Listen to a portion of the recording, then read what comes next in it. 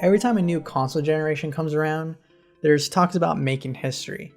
And every time I felt like it meant something. With the PS1, it was the CD-ROM and 3D graphics.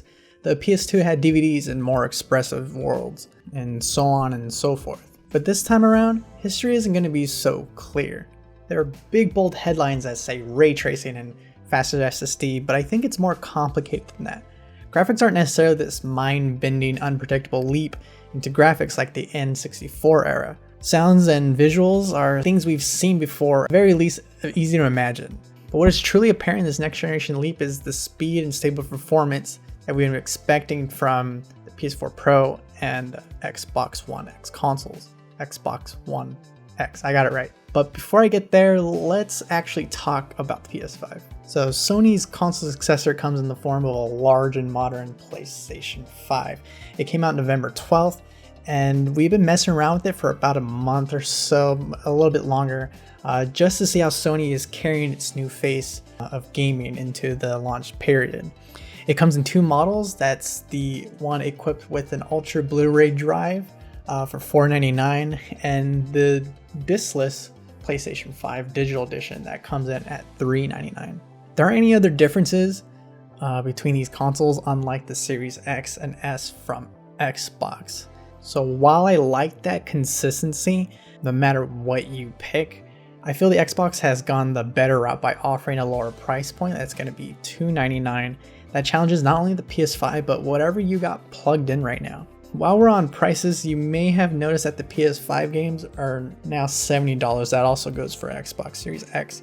Understandably, a lot of people are worried that this is the price of gaming from now on, and I think it's a little bit in the air. While there are still games like Returnal and Ratchet and Clank that still sport that $70, $69.99 price tag, and so far Sony doesn't have any plans for or responses for the Xbox Game Pass. While there are some noticeable changes in games availabilities where Bugsnax and Destruction All-Stars moved to the PlayStation Plus, which is Sony's program for monthly game drops. Those plans are more for delays than Sony needing to fill up its upcoming catalog. But as cheap as games are nowadays, compared to inflation and sometimes we have frequent sales, $70 is still a tough pill to swallow. I'm sure avid gamers will be giving their feedback for months to come. And that's how the PS5 introduced itself to the world. As epic as the marketing is and how cool the upcoming games seem to be, that doesn't stop me from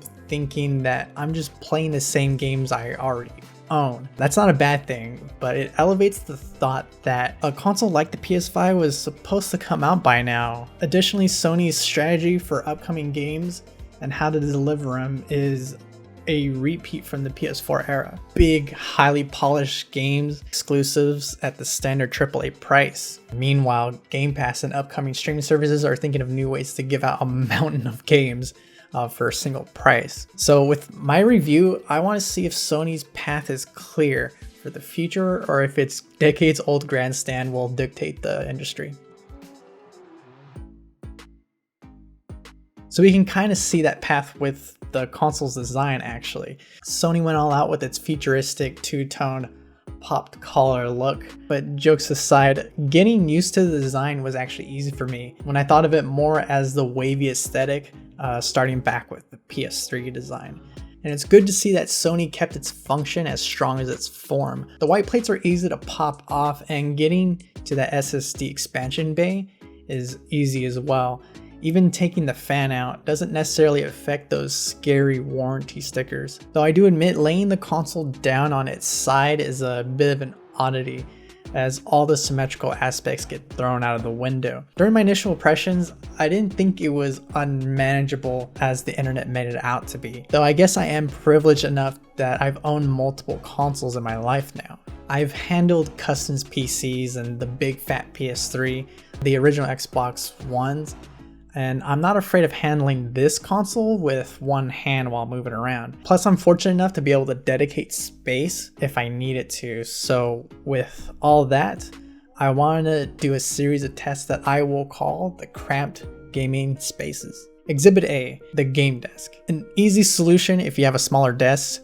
You can just shove it behind monitors or stack it on top of other consoles. though that's still tough given the space the PS5 takes. It's possible, just don't block any exhaust or intakes. Shelves or drawers are tougher, making the PS5 not ideal in most situations, but if there's a will, there's a way. I say if you put it on the carpeted floor, be sure to use the stand, it elevates it a little bit, plus vacuum out the fans regularly because you don't want it to overheat just because there's been a bunch of dust, and also it can make it noisy. Finally, the media center. The hardest part about this is just moving stuff around, having big enough bays, or even empty HDMI ports. But we can just blame manufacturers for that. Moving on to the controllers, Sony once again redesigned the new gamepad, but this time it's to the point where the decades-old branding is gone, the DualShock. It's something that reflects all the tech that's crammed in here into the new DualSense controller. But outside this shell, Sony continued the two-tone look onto this very beefy beast.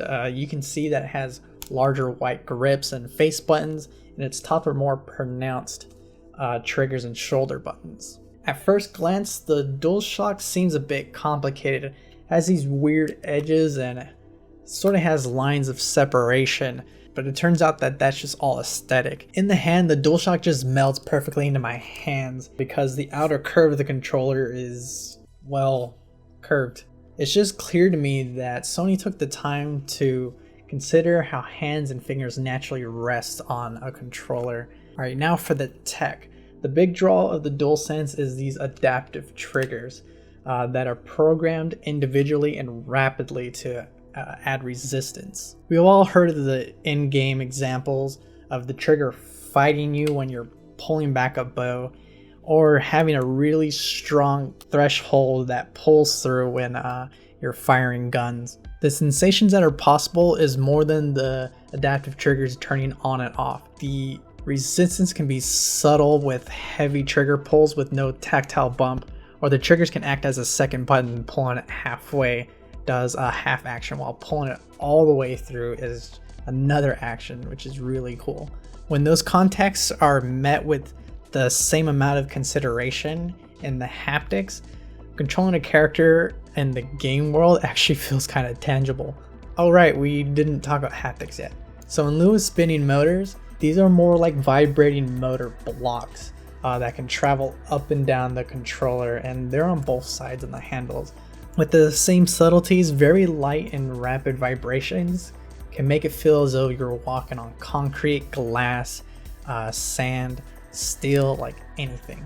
I think that while these features are potentially groundbreaking for immersive gameplay, the support for new features have always had trouble in the past. And Nintendo also introduced new motors in their Nintendo Switch that also have all the context and subtlety in what it's called HD Rumble. But from the games that I played, they don't use them to their fullest extent. Also, for the return of the PS4 touchpad in the PS5, it should have garnered more mature or creative inputs, but early PS5 titles still make it a giant menu button. Okay, so to finish off this controller talk, I just want to say that I'm happy to see that it supports USB-C. We're on our way to a single cable future. And as for the battery, it's okay.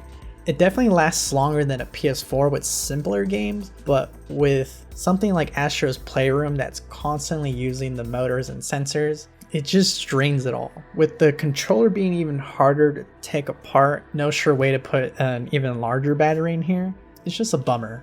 And I guess you should just buy a dock or a second controller. Alright, on the UI. When this console's on, you're introduced to a nice and completely new menu and UI for everything. The login screen, your friends and chat, the game library, the settings, and of course the PlayStation Store. All of which is completely full of issues. Where do I start? So the main menu is where you find all your games and recent media apps. This section is actually okay to use. It's just if you ever need to do anything outside of firing up a game, it's not in that menu. One strong issue I had is that when I download games that I've previously owned on the PS4 and I know it has an existing save on the cloud, I just assumed that when I fired it up, the save would be there ready for me to continue. But my assumptions are dead wrong. But selecting the options menu on that particular title doesn't have any options for pulling my save back up.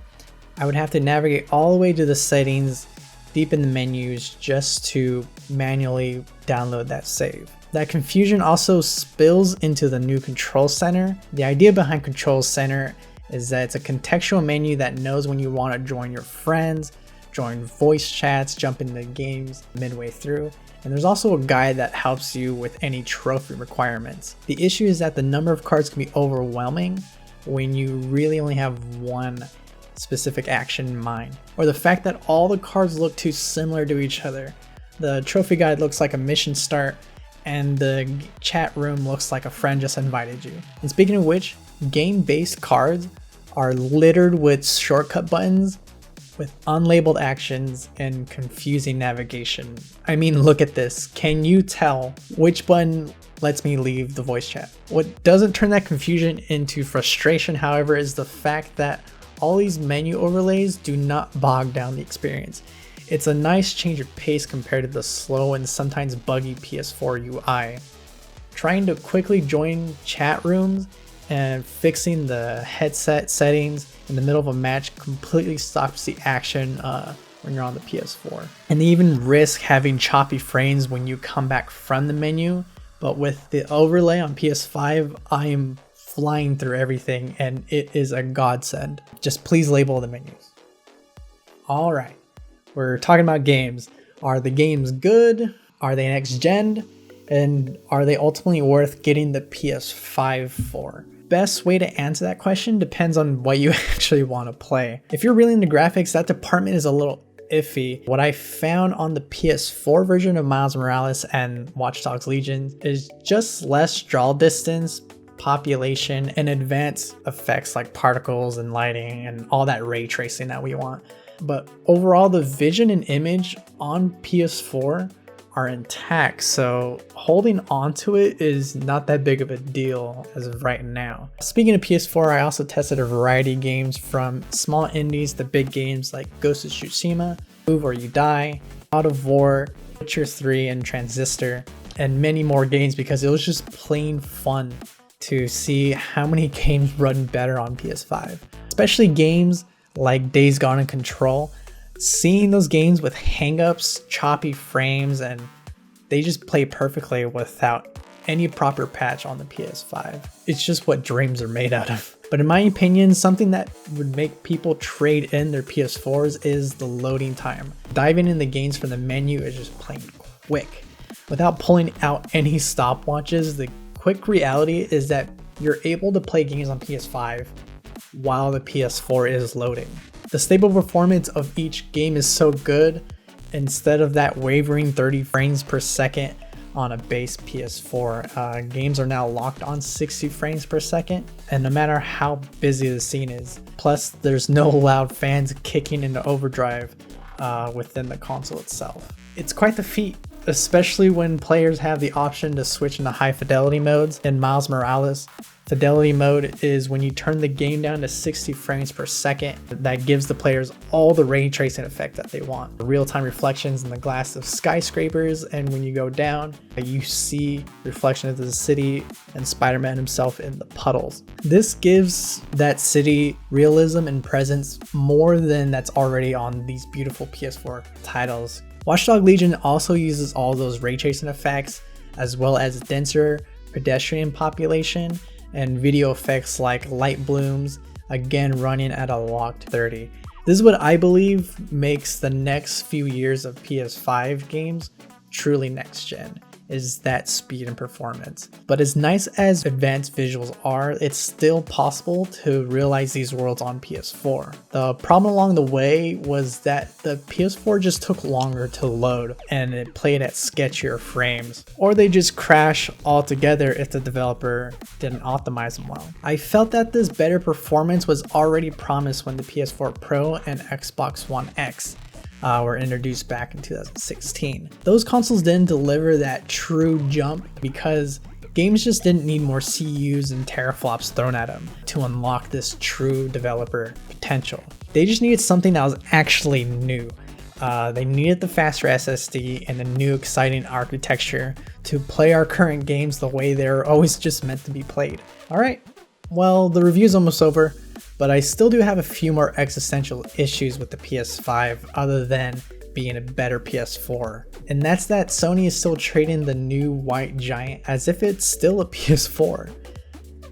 Let me explain. Right now, the PS4 is the last frontier for traditional consoles that just plug in, buy high quality games that are exclusive, and plays them with the best technology available. But now it exists in the middle of streaming and subscription services. It'll be interesting to see if that stance on console exclusivity will survive the trends, or just make Sony compete neck to neck with titans like Xbox Game Pass and Google Stadia. But I wonder if there's already some clues. I mean, there are stepping stones. PlayStation Now is already an established service that's just a few tabs away in the main menu.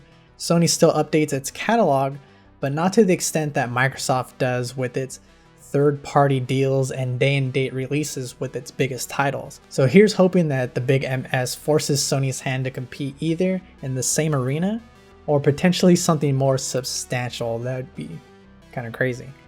Okay, so we're all in love with a good console war, and we're all wondering if Sony already knocked it out of the park with the PS5. Whether it's the console to get this holiday season because it beat Microsoft at building a box that plays games better, one thing that's definitely sure is that it's too early to say. These consoles evolve over time. But if I were to pick a winner right now, it would actually be Xbox. Hear me out. I'm not a journalist anymore, and I can chill about PlayStation all day, and I was ready to, but Sony has a lot to catch up on. I love that Sony invests so much time into their impossibly good studios that make impossibly good games, but sadly, that's just the old way of thinking when it comes to buying games. Sure, subscription has its own questions about sustainability, but the value is very hard to ignore. Plus, with confusing UI and a lack of real game switching like on Quick Resume, its existential crisis of a launch means that Sony is in listening mode right now. I think players' feedback will dictate how smoothly the UI turns out, how new games will play, and how Sony will deliver those games to us. So getting a PS5 right now means you're excited to replay your back catalog the way they're always meant to be played, and you're invested in the path the future of gaming can take. Alright. Thank you guys for watching our review. Sorry it took a little while, but it's been a little bit of trial and error and a lot of work of passion. I hope you guys liked it. Please check out Craig's Xbox review and let us know what you think.